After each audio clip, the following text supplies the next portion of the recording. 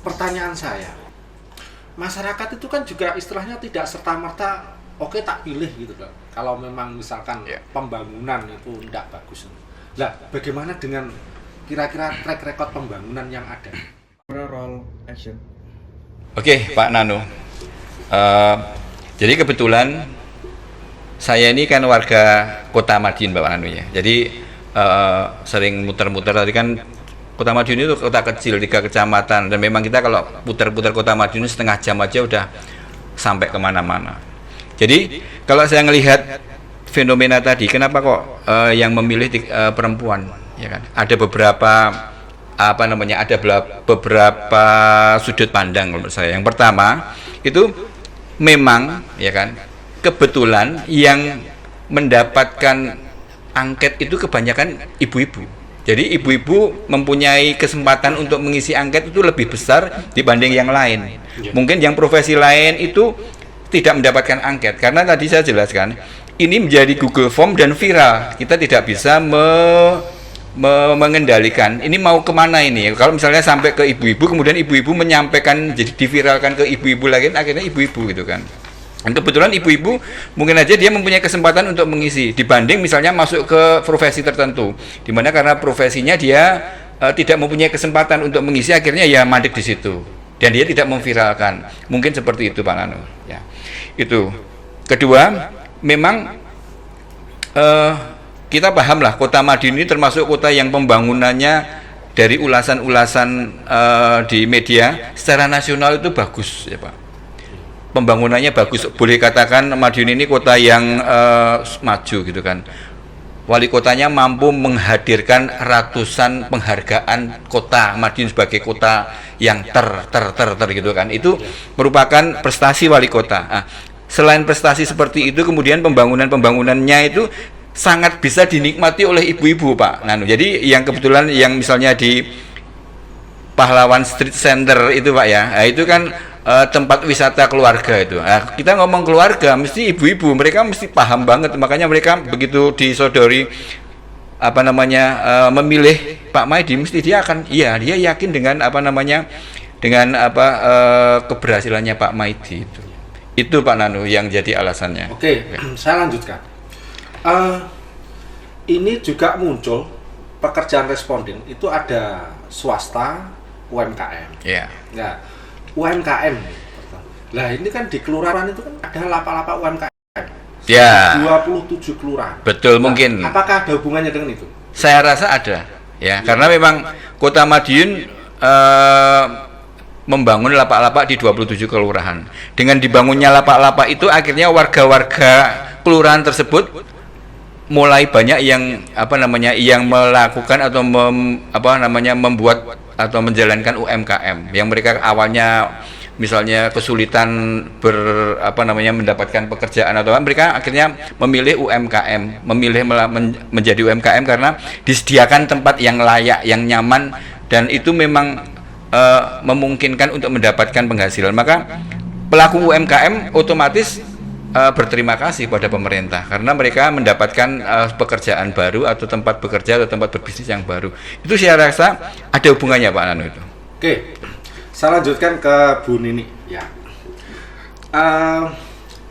suatu negara demokrasi itu kan ada kaidah-kaidahnya.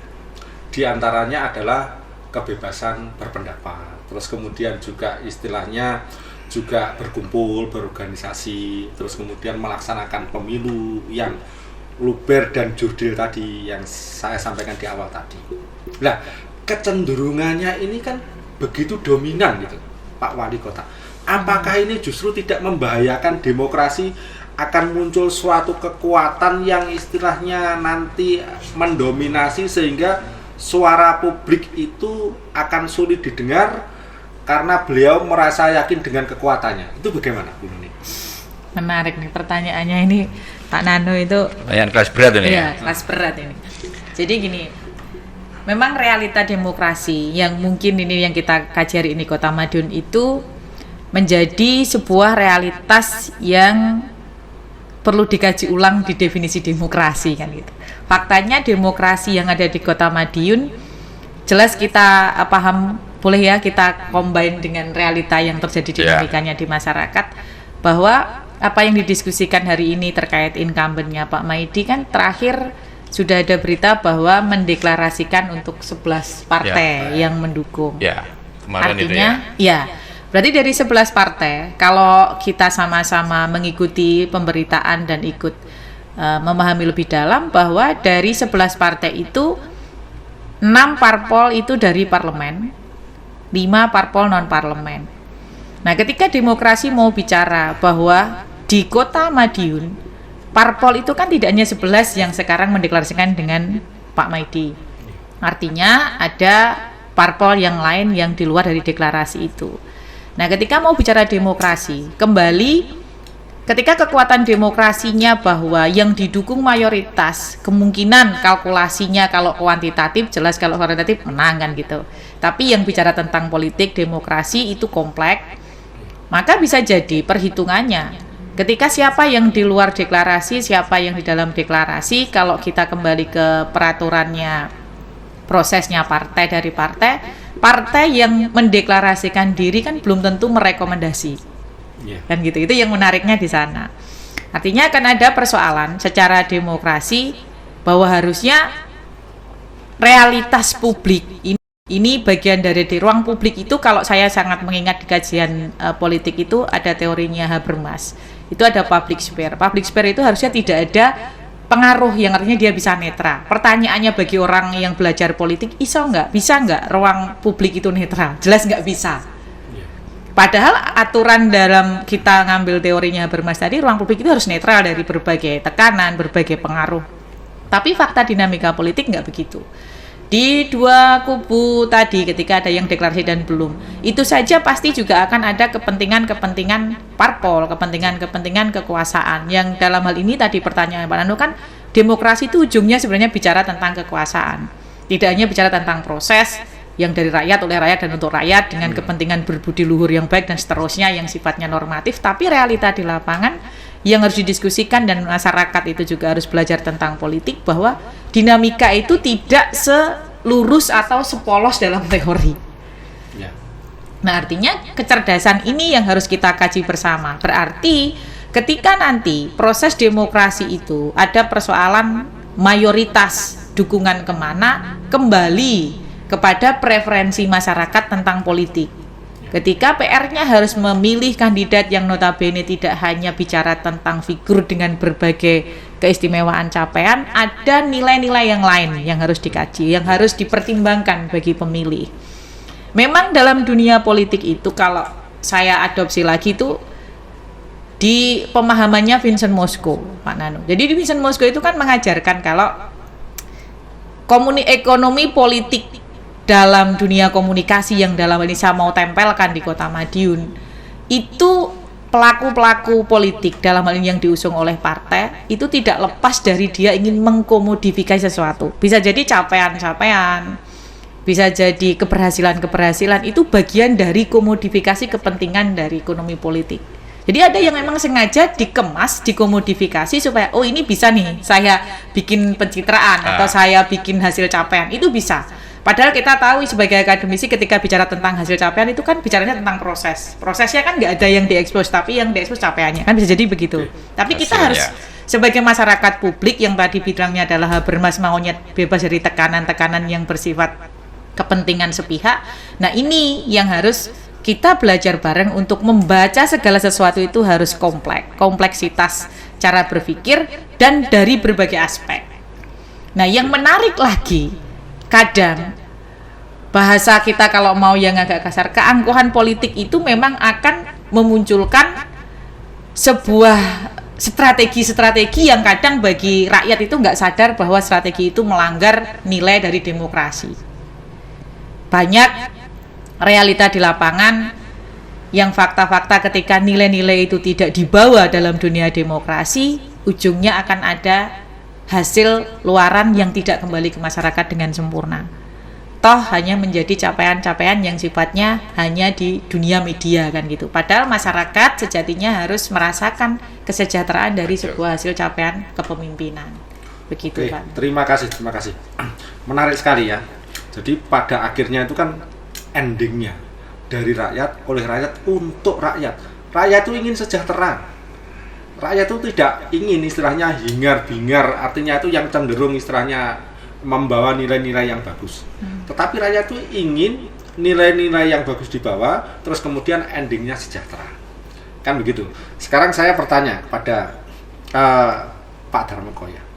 Tadi disampaikan bahwa dinamika politik itu kan begitu dinamis. Iya. Jadi seseorang yang istilahnya punya visi misi atau track record yang baik, ya kemampuan yang baik, itu tidak berbanding lurus dengan dukungan yang ada di masyarakat. Karena di tengahnya itu adalah ada semacam kayak katanya orang Jawa itu kucing-kucing diraupi.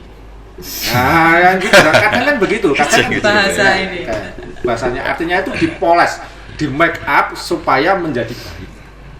Ya begitu. Nah, terus dari sisi akademis, apakah hal-hal seperti ini itu baik atau diperkenankan? Kemudian yang kedua begini,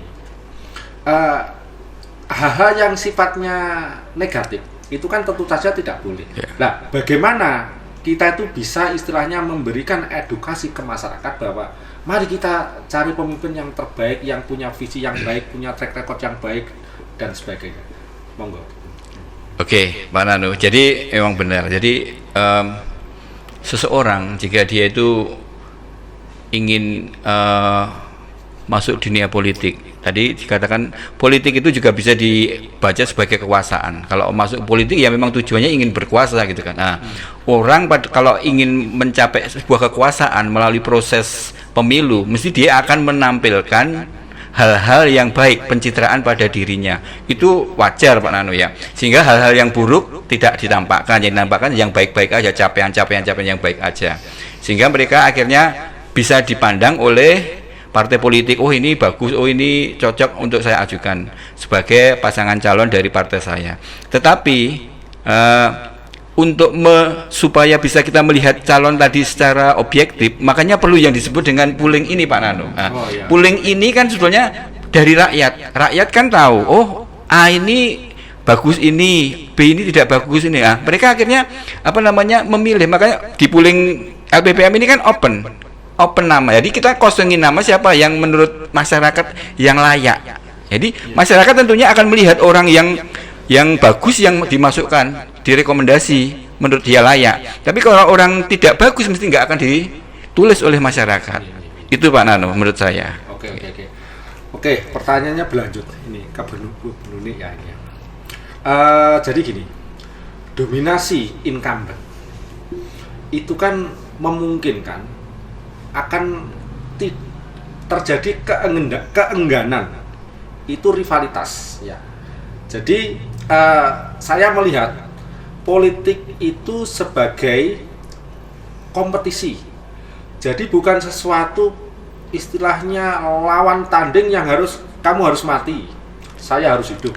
Bukan harus ya mati dan hidup ya. Kalau kalah menang wajar ya, kayak lomba saja gitu Pak ya. Tetapi kan harus sesuatu rivalitas bahwa kita itu harus memunculkan istilahnya track record yang baik, kapasitas yang baik, visi misi yang baik gitu.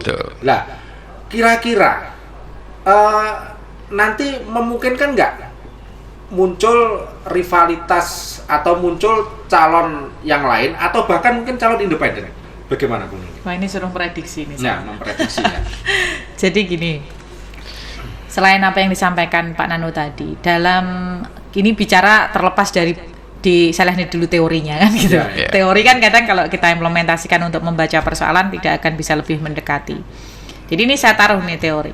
Ketika bicara tentang Kota Madiun, realitasnya pasti partai-partai yang menginginkan calon-calon yang mau diusung itu sudah melalui perhitungan politik. Itu pasti. Meskipun secara teori harusnya perhitungan politik harus mengarah kepada nilai-nilai luhur, itu kan teori yang dikaji di kelas-kelas. Makanya pembelajaran PR-nya akademisi juga bagaimana kita belajar realita untuk kita komparasi tetap mengarah kepada nilai-nilai pendidikan yang baik. Kembali lagi ketika saya tadi bicara tentang bahwa ada perhitungan politik, saya yakin ketika tadi yang saya bilang di awal, bahwa perhitungan-perhitungan siapa yang mau nanti merekomendasi, mendeklarasikan itu juga sudah diperhitungkan secara politik. Kalau mau bicara tentang Kota Madiun, bicara tentang kursi parlemen, Kota Madiun itu kan 30 kursinya kan. 30 itu tersebar, misalkan ada di Perindo ada 4, PDIP 4, Demokrat 4, PKS 4, PSI 4, Golkar 3, PKB 3, Gerindra 2, Nasdem 2. Ketika dari kursi-kursi parlemen itu, kenapa proses jajak pendapat itu mengarah kepada tokoh-tokoh yang muncul namanya? Itu juga artinya akan membaca dari nilai kursi di parlemen. Diperhitungkan sama mereka. Ketika diperhitungkan mana-mana partai yang notabene lebih bisa mendukung popularitas dan elektabilitas dia untuk menang, maka itu akan diambil. Dan ada perhitungan-perhitungan yang lain. Tidak hanya sebatas pada perhitungan politik jumlah kursi terus dia masuk, itu enggak. Pasti ada perhitungan-perhitungan yang lain. Nah, ketika perhitungan kursi itu diambil, yang paling banyak maunya kalau di deklarasi itu yang tadi saya bilang ada parlemen dan non parlemennya, kalau kita hitung kursi ada 18 kursi. Berarti kan kali kalau 30 ada 12 kursi di luar. Kan begitu? 12 kursi di luar, tapi dalam wacana politik bisa juga dalam 18 kursi akan bilang nanti yang dari 12 kursi akan masuk di kursi saya lagi kan gitu. Bisa jadi itu bagian dari wacana politik kan gitu. Nah, ketika kita mau hitung-hitungan semacam itu, kita akan kembali ke suara. Jadi ini bicara tentang strategi kan, gandengannya kaitannya dengan apa yang saya bilang ada kepentingan politik, pasti parpol itu juga akan memperhitungkan ulang strategi saya harus bagaimana untuk melawan ini. Kalau kita mau pakai bahasa itu kan tempur kan, pertempuran politik kan yang mau dilakukan. Nah, artinya ketika ada 18 kursi yang masuk di kubu yang sudah di viral di media-media itu, ada 12 kursi di luar. Artinya yang mau diperhitungkan kita kembali ke suara sah. Kalau kita mau merujuk di peraturannya KPU tentang penetapan calon terpilih anggota DPR, kita tahu tuh nilai skor dari masing-masing nama yang muncul di jajak pendapatnya LPPM Unmar Madiun dengan suara sah yang menjadi ketetapan keputusannya KPU. Di sana sudah tertulis bahwa suara sah itu total itu ada 117.886 suara. Kalau kita mau bicara tentang DPT tadi ada 153.880, kita mau coba kurangkan dari 153.880 dikurangi 117.886 masih ketemu angka. Ketika itu dikurangi ada 35.991. Itu kalau mau dibikin persentase hati-hati. Di luar yang di suara sah KPU itu ada 30%-an. 30,5%. Artinya ada suara sah yang di luar sana. Yang ini kalau mau kita ikut siapa? Kalau mau bicara tentang masih demokrasi. Masih mempunyai hak untuk memilih ya? Betul, masih mempunyai hak untuk memilih. Meskipun kita mau bilang apakah akan ada jaminan tuh yang di 11 deklarasi dengan suara sah yang diperoleh di keputusan KPU itu akan memilih dengan calon yang diusung kan gitu.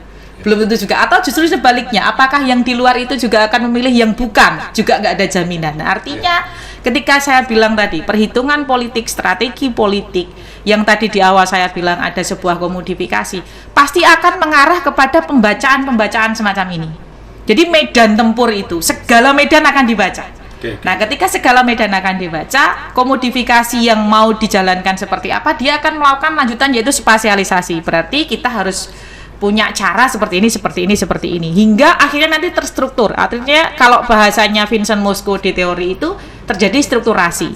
Berarti proses ini realitas kan ada di lapangan. Meskipun kalau bagi orang peneliti itu, bagi saya yang memahami teori Vincent Mosco itu kan lahir di tahun-tahun sebelum kita bicara tentang realita dinamikanya Kota Madiun. Tapi kita bisa mengadopsi itu untuk nanti kita kaji lagi lebih mendalam bahwa ternyata ada realitas di perkembangan dinamika politik, ada proses yang tidak tercover di Vincent Mosco. Nah, itu PR-nya akademisi. Nah, ketika membaca seperti itu, terbukti kan bahwa ketika kepentingan partai atau kepentingan para calon yang diusung oleh partai ada perhitungan-perhitungan politik. Iya, betul. Dan itu akan kembali ke strateginya, akan kembali bisa jadi di tengah jalan yang diskenariokan ketika membaca proses politik di pihak lain, dia akan berubah. Karena ya kalkulasi semacam itu, apalagi kalau belum di flashback ke perjalanan sejarah. Tadi di jajak pendapatnya LPPM kan muncul nama yang notabene dia juga pernah di periode sebelumnya ikut kompetisi. Iya. Iya. Nah, berarti itu kan akan menjadi kajian lagi. Nah, Betul. nama ini muncul nih, sekian persen ini jajak pendapat LPPM. Artinya, si tokoh ini akan di flashback ke perjalanan sejarah sebelumnya. Dalam sejarah jangan-jangan kemarin misalkan kita bertarung kalah tipis nih atau menang tipis nih kan gitu. Harus hati-hati kalau itu misalkan muncul. Maju Nah, lagi. kemunculan itu tidak semata-mata tokoh ini muncul, tapi akan dilihat seberapa kuat nanti pertempuran Anda di lapangan untuk memaksimalkan strategi itu supaya apa yang menjadi kendala-kendala kemarin bisa diatasi. Itu realitas politik seperti itu, Pak. Oke.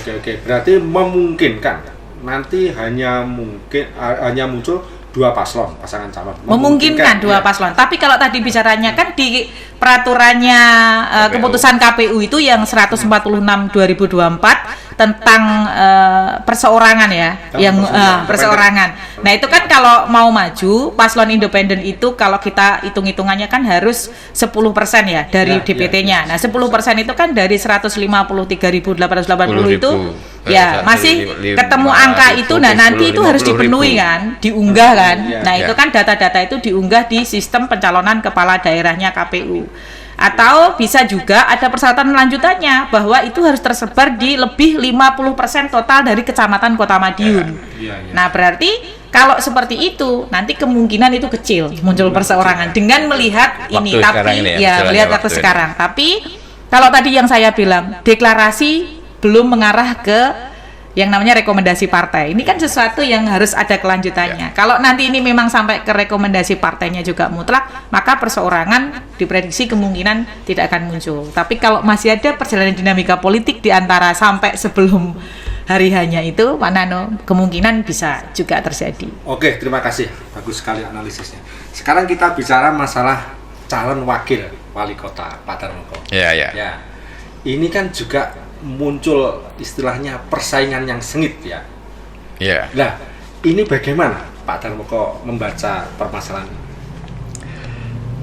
Oke, Pak Nanu. Jadi dari tokoh yang layak maju sebagai calon wali kota dan calon wakil wali kota menurut masyarakat ini ada memang beberapa yang sama. Jadi diajukan sebagai calon wali kota, juga diajukan oleh masyarakat sebagai calon wakil kota. Jadi misalnya di sini ada nama Indah Raya itu maju sebagai layak calon wali kota, juga layak calon wakil wali kota. Tapi ada juga yang layak menurut masyarakat sebagai calon wali kota saja, tapi tidak calon wakil wali kota. Contohnya ya nih, kalau Pak Maidi jelas karena incumbent dia layak calon wali kota, tapi tidak diusulkan oleh masyarakat atau tidak dicatat sebagai layak calon wakil wali kota. Ya, demikian juga nama Mahardika. Mahardika itu tidak ada di calon wakil wali kota. Tapi yang selain itu ada semua, misalnya Indah Raya, Bagus Rizky, Andro Rohmana, Bagus Panuntun, Anton Kusumo, Ngedi Tresno, Koko AP Nur Salim. Nah, ini rata-rata semua adalah partai politik, ketua partai politik. Yang justru menurut saya perlu dikaji ini adalah yang orang-orang yang non partai politik. Ini mereka bisa maju, berarti mereka mempunyai mempunyai pendukung juga ternyata gitu, walaupun bukan partai politik. Ya, kalau misalnya yang calon wali kota yang ditulis masyarakat tadi di jajak pendapat LPM yang non parpol kan. Kalau Pak Maidi kan jelas incumbent, yang non parpol ini Mardika itu non parpol. Kemudian ada nama Andro Rohmana, ini non parpol ya. Walaupun dia Andro, pengusaha ya. Ya, walaupun dia kemarin maju sebagai calon legislatif. Tapi dia kan kayaknya bukan pengurus parpol atau bukan politisi betul gitu kan. Artinya mungkin politisi tapi belum lama. Belum lama ya. Belum. Calon politisi.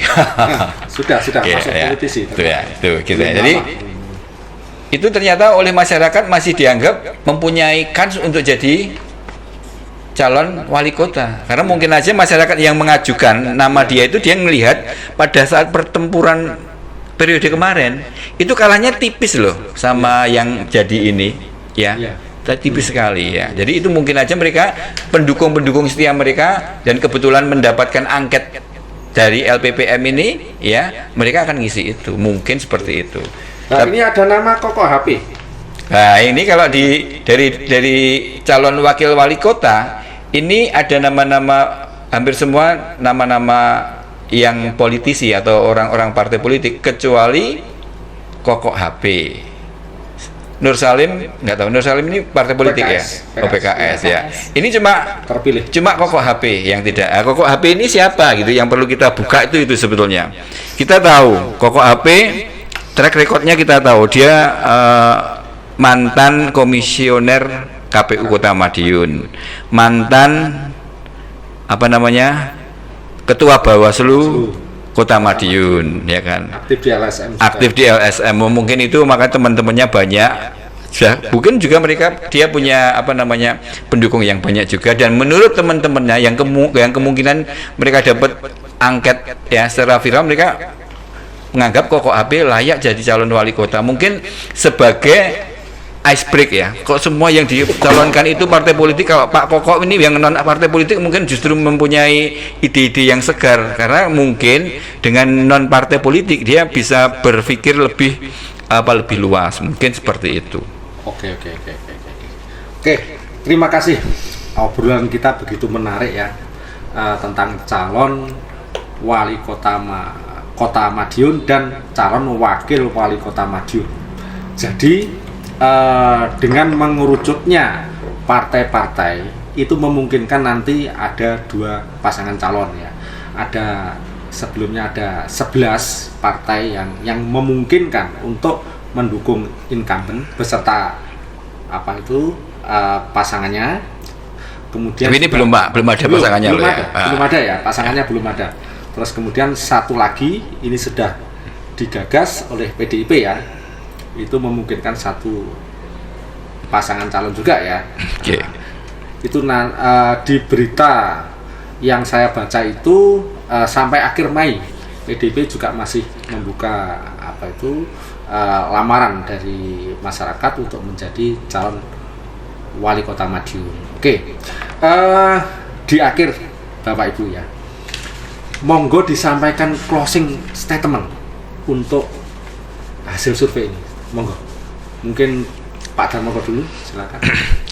Oke, Pak Nano. Jadi closing saya hanya terkait dengan jajak pendapat yang LPPM buat ini. Jadi jajak pendapat yang dilakukan LPPM ini sampai dengan waktu yang sudah ditentukan oleh LPPM ini hanya mampu mendapatkan data valid 1208, dan itu masih kurang 1% dari DPT ya. Karena itu banyak hal yang mungkin bisa terjadi di luar hasil polling kami. Tetapi kami walaupun tidak ada 1%, kami menyampaikan ini sebagai bentuk pertanggungjawaban kami LPPM karena telah melakukan polling tadi, Pak Nano. Itu dari saya seperti itu.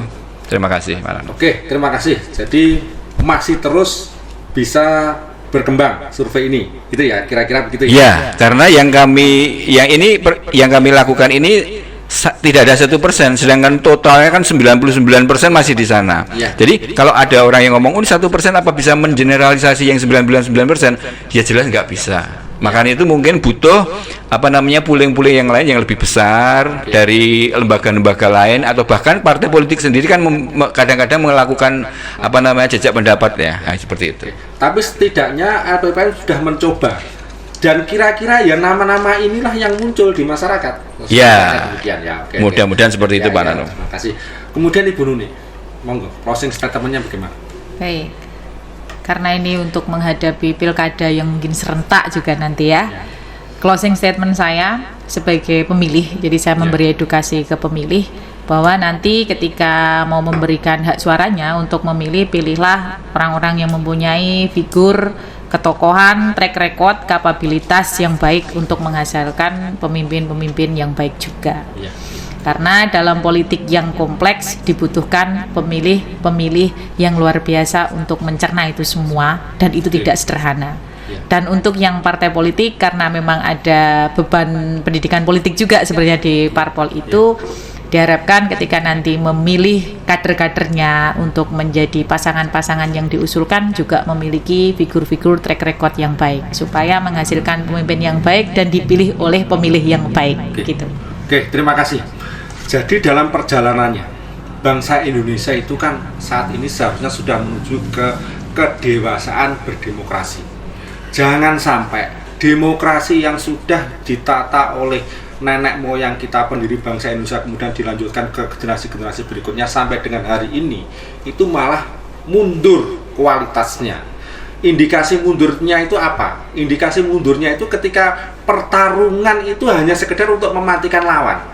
Padahal pertarungan itu kan seharusnya tadi kita memunculkan orang yang punya kapasitas, ide gagasan, punya ide gagasan, terus kemudian punya problem solving terhadap bangsa Indonesia ke depan. Karena bangsa Indonesia itu memang ke depan itu tantangannya luar biasa, tidak hanya sekedar istilahnya persaingan antar teman, justru internasional itu. Makanya kan Kota Madiun bertekad menjadi kota internasional. Setidaknya saat ini sudah dimulai dengan ikon-ikon internasional yang ada di Kota Madiun ya. Itu setidaknya. Internasionalisasi. Nah, nanti pihak LPPM juga demikian. Seharusnya memang kampus kita itu memang dihadirkan untuk siap menghadapi wacana global ini, tidak hanya sekedar lokal. Jadi bahasa asingnya harus diperbaiki, nilai-nilai politiknya harus diperbaiki. Kira-kira begitu ya Bu Nuni ya. Jadi biar politik itu berubah bersama. Ya, tidak hanya sekedar wacana-wacana yang tidak ada hasil akhirnya, tetapi memang hasilnya itu justru untuk kebahagiaan masyarakat, kemakmuran masyarakat. Kira-kira demikian ya Bu Nuni ya. Oke, Mbak Nana. Terima kasih atas perhatian teman-teman yang ada di studio, yang ada di rumah. Terima kasih kepada dua pemateri, Pak Darmoko, Bu Nudi. Saya selaku host, nama saya Nur Haribnu Wibisono, biasa dipanggil dengan Nanu, mengucapkan terima kasih. Mohon maaf atas segala kekurangan. Wassalamualaikum warahmatullahi wabarakatuh. Waalaikumsalam warahmatullahi wabarakatuh.